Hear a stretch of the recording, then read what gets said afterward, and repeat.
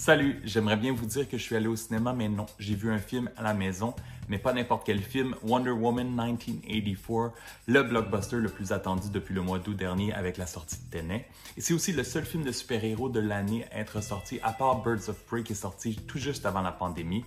C'est donc une année 2020 sans contenu de Marvel, mais ils vont se rattraper l'an prochain avec plusieurs films et plusieurs séries sur Disney+.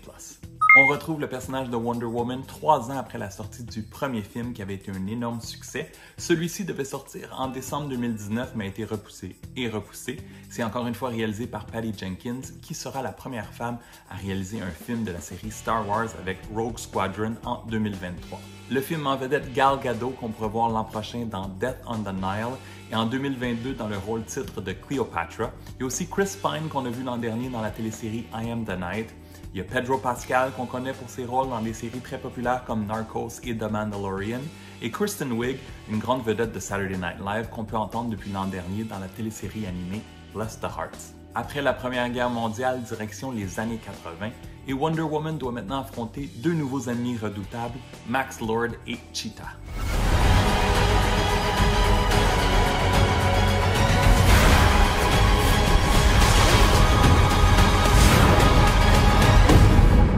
Le film débute avec un flashback de Diana, très petite, qui participe à une compétition de grande envergure avec des adultes. C'est très impressionnant. Après ça, deuxième scène, on a droit à une scène amusante dans un centre commercial dans les années 80 qui donne pas vraiment une bonne idée de ce que le film va être. Et après, on a droit à un troisième début de film où on rencontre les nouveaux personnages de Barbara, a.k.a. Cheetah, et Maxwell Lord. En passant, le personnage de Cheetah a été offert à Emma Stone au départ, mais elle l'a refusé. Dans Wonder Woman 1984, il y a beaucoup de points positifs, mais aussi beaucoup de points négatifs.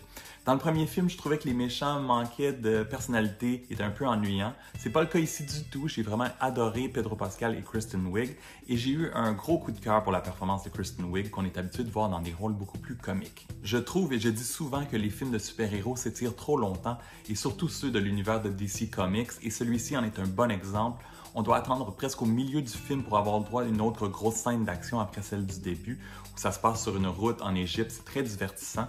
La majorité des effets spéciaux du film sont très bons, mais il y a quelques plans qui m'ont agacé, qui avaient l'air très fake, très green screen, très animation par ordinateur. Le gros du problème, c'est le scénario. C'est confus. Tout part de la fameuse histoire de Max Lord et la fameuse roche magique qui exauce les vœux. Le premier film était plus drôle, plus rafraîchissant.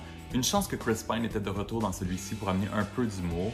Et à la toute fin, écoutez le générique parce qu'en plein milieu, il y a une scène bonus, un petit clin d'œil qui est vraiment très le fun.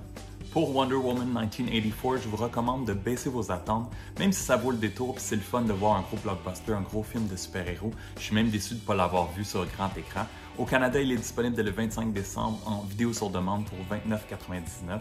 Parce que je pense pas que vous voulez aller au cinéma ou vous rendre jusqu'à Ottawa pour aller voir le film. À la toute fin de la vidéo, je vous laisse un lien vers ma critique du premier film Wonder Woman et ma playlist de toutes mes critiques de films de super-héros que j'ai faites dans les dernières années. Pour celui-ci, je donne 3 étoiles sur 5. Si t'as aimé la vidéo, donne un thumbs up et si t'as vu le film, dis-moi dans les commentaires ce que tu en as pensé. Tu sais que tu peux me suivre sur ma page Facebook, sur mon compte Twitter, sur mon compte Instagram et sur ma chaîne YouTube. Et on se retrouve très bientôt. Ciao! You know what? I'm ready to go. I think we can do better. Parachute pants? Yeah, Does everybody parachute now?